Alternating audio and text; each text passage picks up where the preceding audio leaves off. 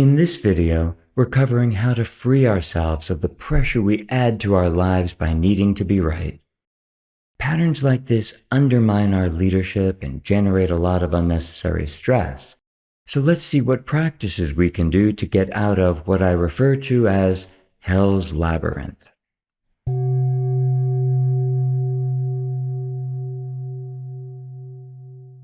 How do we work with evolving toward a more conscious way of being and leading with so much noise around us and in our heads? The more noise or mental emotional interference we have, the less efficient and effective we'll be. The good news is that we can shift to a low-pressure, high-functioning way of leading that's a whole lot quieter. There are some common ways we as leaders heap unnecessary pressure on ourselves, like the pressure of making our success about us and our worth. This is what I refer to as hell's labyrinth, because if we don't shift out of this pattern, it'll just go on forever. One way we pressurize our lives is to unknowingly equate the success of our project with our self-worth. And when we do this, we generally ramp up our own suffering and likely add suffering to those around us. How so? If we need to reach a goal because we think we'll impress others enough to finally be worthy in their eyes, that will be stressful because we're putting our self-worth on the line. When we crave the approval of others, that leads us to living with the perpetual tension of seeking and needing that approval. This generates an ongoing cycle of self-generated pressure.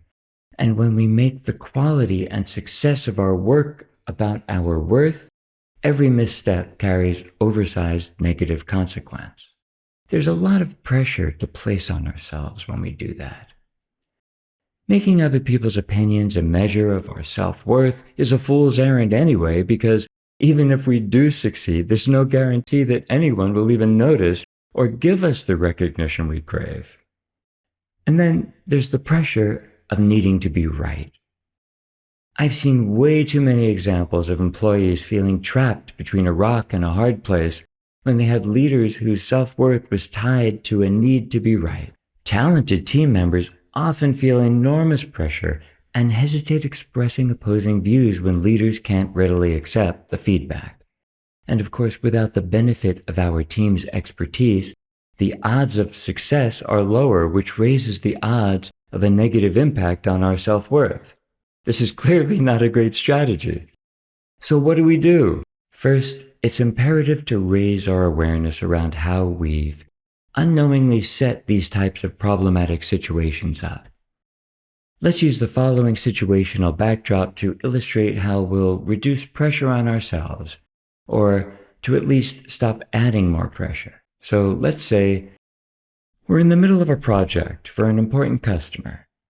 Success with this project will raise the likelihood that we'll get substantial ongoing business, which is going to be a big step in our company's growth. Things are on track. We're going to meet the customer's time frame. But then our incredible project leader who holds the keys to success unexpectedly resigns.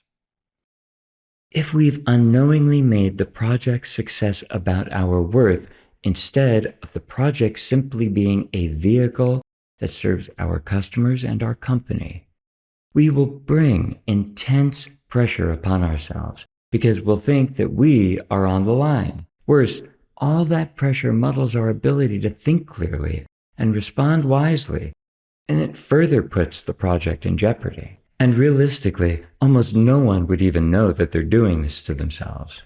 So you're ahead of the game, because you're raising your awareness. But let's see how we can do this for ourselves in real time when these types of situations take place. This is where a practice of slowing things down so that we can see far more clearly comes in. We need to be able to observe what's going on around us and within us from a neutral place. This allows us to see all of the rapid-fire thoughts that precede the fear and the pressure reactions that can arise within us. Without doing this, all those thoughts that arise are simply a blur on the way to fear or anger or capitulation or some other unhelpful reaction.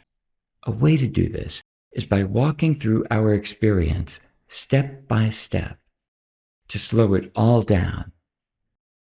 And with each step, we'll see with greater clarity and depth the source of the fear that drives the pressure. And even just seeing it will begin the process of easing the pressure that you experience. Let's walk through this process with an imaginary male CEO. This will illustrate how we can examine our lightning-fast thoughts to get to the bottom of truly what is impacting us. As we follow the thread deeper into the CEO's thinking, we'll see how easily one can make situations become about oneself instead of what they truly are, which is just situations that need to be addressed. Now, and bear in mind that all of these thoughts we're about to observe occur in a blindingly fast split second. That's why we're slowing it down. I'm going to slow it down for all of us right here and ask challenge questions after each of the thoughts that come forward. This will assist our CEO in shifting out of being caught up in the situation and caught up in his mind. The CEO's initial thought might be, without our project leader, we're not going to meet the deadline. And what's the problem with that? If we miss the deadline, our customer will be pissed. Okay, and what's the worst thing that could happen if you disappoint your customer? They won't give us all those additional contracts. And what's the problem with that? We won't take that big leap. And what's the worst thing that could happen if you don't take that big leap? Do you know how hard it was to just get here? I'm exhausted and feel stuck at this level, no progress, perpetually spinning my wheels. I thought this time it was going to be different. And what are you not going to get that you so very much wanted? Recognition from my industry, my friends, rest from the constant pressure of treading water, enough money to have things I want, to get to do what I want, to go where I want, when I want.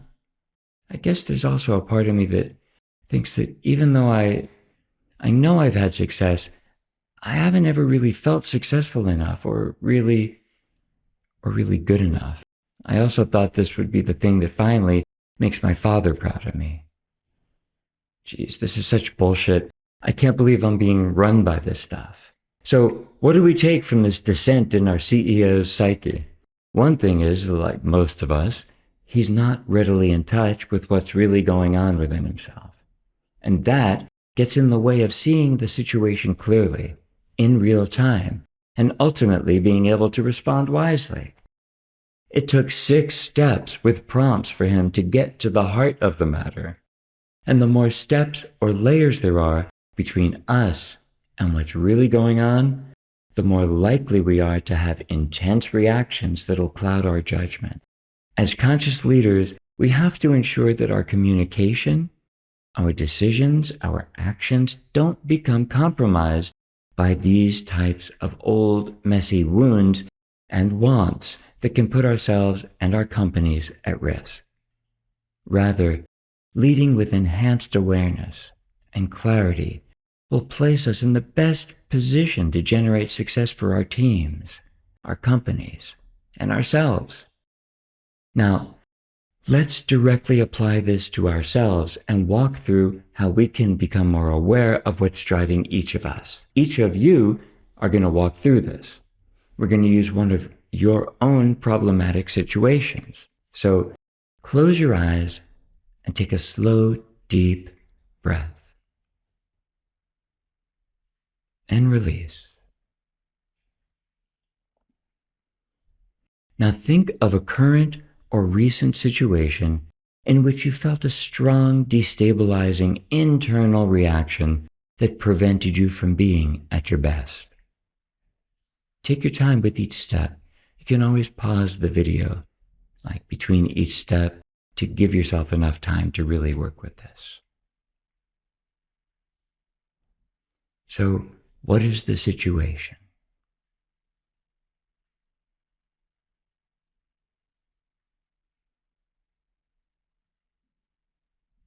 And what's the problem with that? What's the problem with the situation?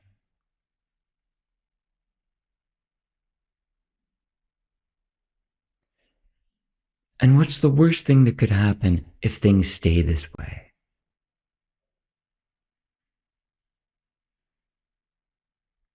And what's the problem with that?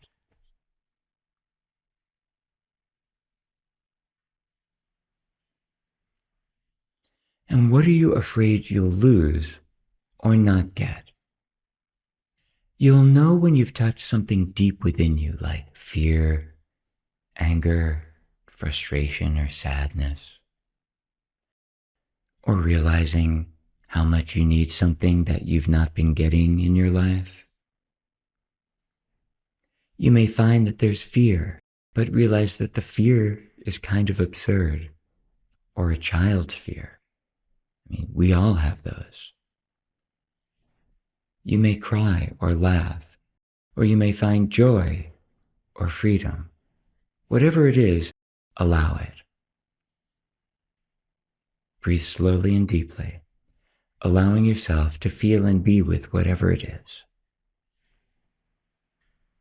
Okay, allowing ourselves the time and space to expand our awareness, to deepen our awareness, to really see ourselves, to be willing to feel whatever it is that we're feeling, opens us to greater clarity about what's been impacting us and what may impact us in the future if we don't deal with it. With this awareness, we stand a much better chance of seeing what we need to deal with in advance rather than being blindsided by it and having it control us. We may even find that as we free ourselves of whatever it is that we discover is lurking within, avenues where we previously felt stuck or blocked open right up. Leading a business free of these types of self-induced pressures allows us to fully optimize our leadership abilities. And all it takes is stopping for a few minutes to look within. It's such a very small price to pay for the opportunity to see more clearly, to act more wisely, to free ourselves of stress and pressure, and to evolve into being more effective and more successful CEOs. There's a lot more content on the 𝗤𝗂𝗋𝐶EO.com website, as well as info on how we can connect. I'll leave the link down below so you can check it out. Until then, lead wisely.